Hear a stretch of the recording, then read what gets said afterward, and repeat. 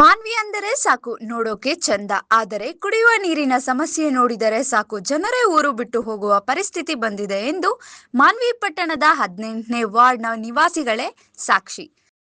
ರಾಯಚೂರು ಜಿಲ್ಲೆಯ ಮಾನ್ವಿ ಪಟ್ಟಣದ 18ನೇ ವಾರ್ಡ್ನಲ್ಲಿ ಕುಡಿಯುವ ನೀರಿನ ಸಮಸ್ಯೆ ಇದೆ.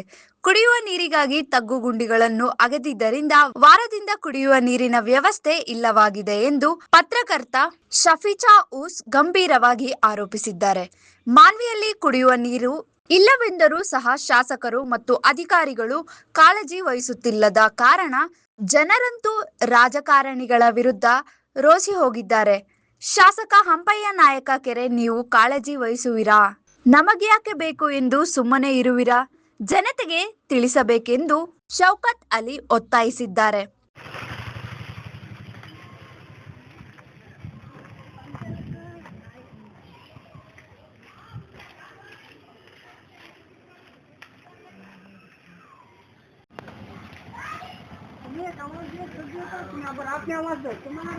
मेरे क्या बोली सुबह में ये परेशान हो गया मालूम है, फिर हमारा पाइप लगा पानी भर दिए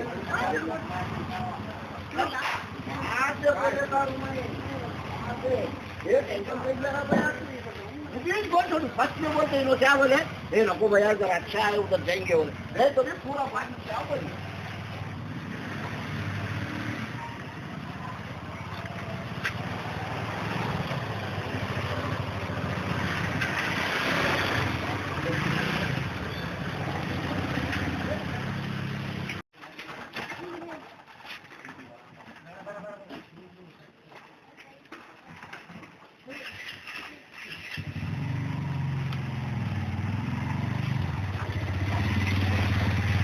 ಹೇಳಿ ನೀನು ಸಂಬಂಧ ಇಲ್ಲಲ್ಲ ಅದನ್ನ ಒಯ್ಯಾಕ ಇದನ್ನೆಲ್ಲ ಸಂಬಂಧ ಇಲ್ಲಲ್ಲ ನೀನು ಸಂಬಂಧ ಇಲ್ಲಲ್ಲ ನಿನಗೆ ಹೇಗೆ ಹಂಗಾದ.